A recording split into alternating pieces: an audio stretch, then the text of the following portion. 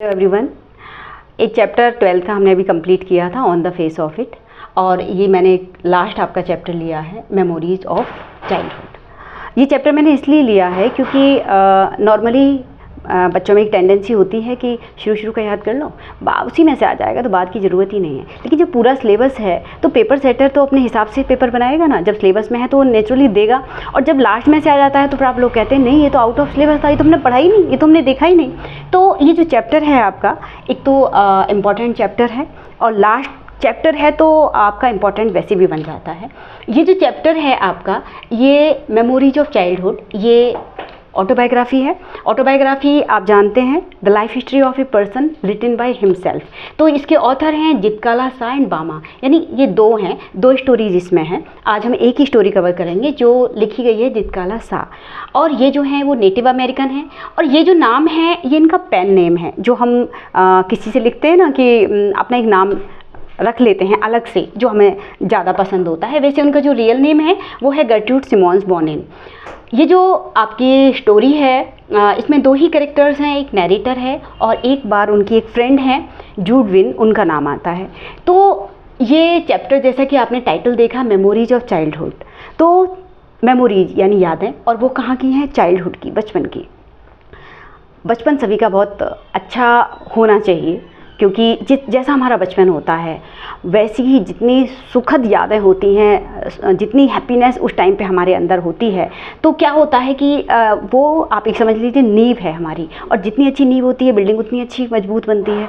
तो अगर आप की यादें, आपका जो बचपन है बहुत अच्छी सुखद यादों से भरा हुआ है, तो ये हमारी पर्सनैलिटी के लिए, हमारा जो आगे का जो करियर है, हमारी पर्सनैलिटी है, वो उसी हिसाब से डेवलप होती है। लेकिन हर किसी का जो चाइल्डहुड होता है वो इतना अच्छा नहीं होता। लेकिन चाइल्डहुड में आप देखें सबसे ज़्यादा हम क्यूरियस होते हैं। बचपन जो होता है उसकी यादें हमारे पास सबसे ज़्यादा होती हैं, क्योंकि शैशवावस्था ख़त्म हो जाती है, और शैशवावस्था में तो किसी को होश ही नहीं होता। लेकिन बचपन जब हमारा शुरू होता है तो हम बहुत ज़्यादा एक्साइटेड होते हैं, क्यूरियस होते हैं, एक्टिव होते हैं, और हमारे अंदर हम सही और गलत समझना भी शुरू कर देते हैं, झूठ बोलना शुरू कर देते हैं। तो चाइल्डहुड जो होता है उसकी जो बचपन की जो यादें हैं, अब हर किसी की यादें अच्छी नहीं होती, मैंने बोला। तो ये इनका जो एक्सपीरियंस है जित्काला सा का, it is very miserable and painful. क्यों? क्योंकि आपने शुरुआत से देखा है कि डिस्क्रिमिनेशन हर जगह, कहीं कास्ट को लेकर है, कहीं रेस को लेकर है, हमारी जाति है, नस्ली है। तो जैसे आपने हिटलर का देखा था कि वो नाजी था, तो वो सोचता था कि we are superior to any other race. तो उन्हें लगता है कि हम हर किसी नस्ल से ज़्यादा सुपीरियर हैं, तो we are here only to rule, हम सिर्फ यहाँ पे रूल करने के लिए आए हैं। यही जो वाइट लोग थे उनके अंदर भी यही फीलिंग थी।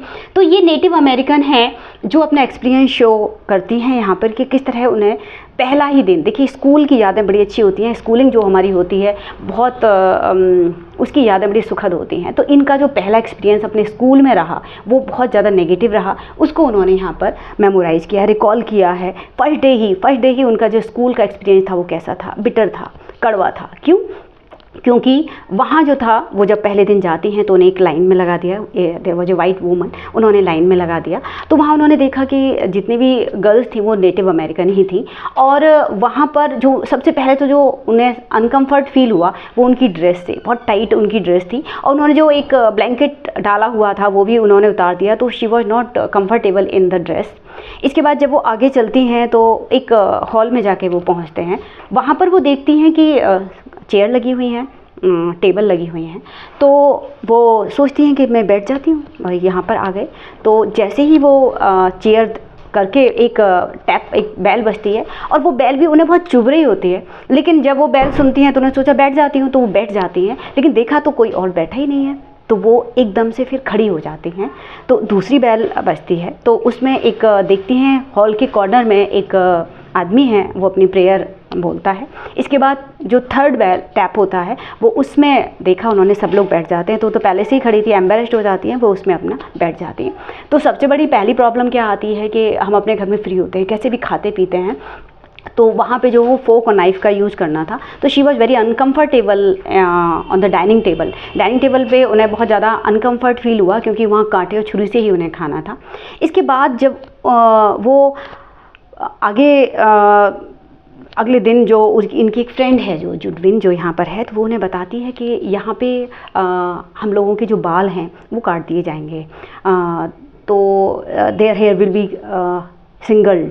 तो वो बहुत ज़्यादा डिस्टर्ब हो जाती हैं ये बात सुन के, क्योंकि उनकी जो ट्राइब थी, उनकी जो वो थी, कबीला था, वहाँ पे जो कटे हुए जो बाल हुआ करते थे वो ऐसे लोगों के हुआ करते थे, या तो वो कोवार्ड हैं, कायर हैं, या कोई मॉर्निंग होती है, जैसे हमारे यहाँ जब डेथ वेथ हो जाती है तो क्या बाल उतरवा देते हैं। It was the single of morning, मतलब रुदन या फिर इस तरह से शोक व्यक्त करने का एक तरीका था। तो उनके यहाँ पर जब भी वो बाल करते थे, उनकी मदर ने उन्हें यही बताया था कि we our hair are always hair is symbol of bravery, bravery का सिंबल है हमारे बाल। लेकिन जब उन्हें ये पता चलता है तो she was a very rigorous, she was very brave, और वो झुकने को तैयार नहीं थी। तो उन्होंने कहा मैं इस चीज़ का अपोज करूँगी, विरोध करूँगी। तो वो छिप जाती हैं, एक कमरा, एक बड़ा सा हॉल होता है, उसके अंदर वो एक बेड के नीचे छिप जाती हैं। जो आते हैं लोग उन्हें उनके बाल के लिए, बाल कटने की जब सबकी बारी आती है तो ये आवाज़ लगाती है, वो सुनती है, लेकिन वो एक बेड के नीचे छिप जाती है और लोग इसे ढूंढते रहते हैं। और फाइनली खैर ऐसा तो हो ही नहीं सकता कि वो पकड़ ना पाएँ, क्योंकि वो हॉस्टल है, वो कहीं ना कहीं तो कोई ऐसी अननोन जगह नहीं थी जहाँ पर वो ऐसे छुप सकती थी। लेकिन उन्होंने रेसिस्ट किया, उन्होंने उस चीज़ का विरोध किया, और वो उनकी एक प्राइड था, उनका एक सेल्फ रिस्पेक्ट था जो वो किसी तरह से खोना नहीं चाहती थी। तो लेकिन फाइनली उन्हें पकड़ लिया गया, और वो बहुत कोशिशें करती हैं कि भाई वो किसी तरह से अपने बालों को कटने से रोक लें, लेकिन ऐसा पॉसिबल हो नहीं पाया। उन्हें कस के पकड़ के बांध दिया गया, और उनकी जो ब्लेड थी, उनकी जो चोटी थी काफ़ी मोटी, उसे काट दिया गया।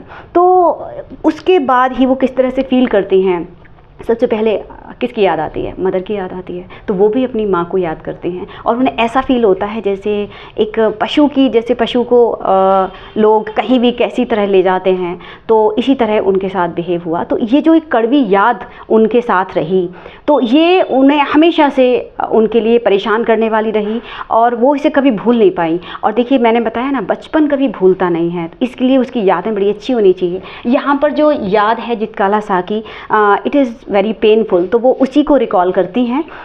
यही ऑटोबायोग्राफिकल एलिमेंट इस लेसन में आपके हैं, इस चैप्टर में है। इसके बाद सेकंड जो स्टोरी है वो बामा की है, उसे हम नेक्स्ट वीडियो में शेयर करेंगे, और इसे आप एक बार ज़रूर पढ़ें और इसे करें, क्योंकि आपके एग्जामिनर का कोई मूड पता नहीं है कि वो किस तरह का पेपर सेट करेगा।